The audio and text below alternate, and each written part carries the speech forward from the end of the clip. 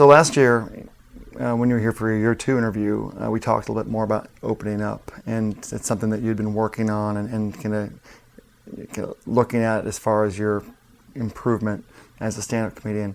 Kind of now that that's kind of taken place, what's the next incremental improvement you're looking to do? I think there's still further to go on that, introspective examination and,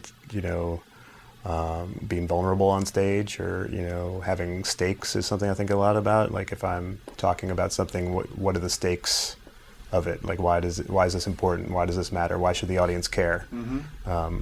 Why does this matter to me, what I'm saying, or does it? And if it doesn't, then why am I saying it? Like I'm commanding a room full of people to pay attention to me because I've got something to say. Here it is, blank. Like you got to give them something, or ideally you're giving them something. And so doing that, but then also still making it funny. So that's the challenge of.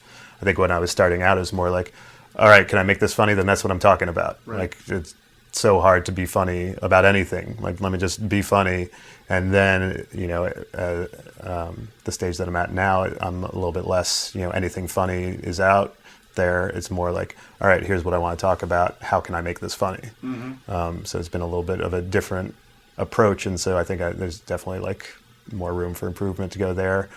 I think also just having a clearly defined point of view, and what a lot of comedians refer to as your voice or whatever, which is something that seems simple but is like a very hazy thing in a lot of ways. So I think figuring out exactly what that is and who I am on stage and where I'm coming from, and I think part of my challenge is that I like being a chameleon, or being all over the place, or trying different things, or coming at things from different angles. And while that can be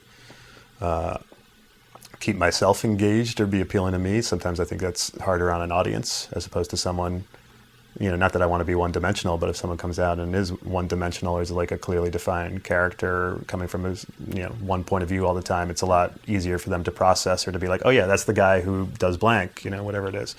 And I think that's something that I'm still wrestling with, is like, okay, who am I on stage, and what's my point of view, and what's, everything that I talk about, what's my attitude or approach or angle on it that I bring that no one else is going to bring.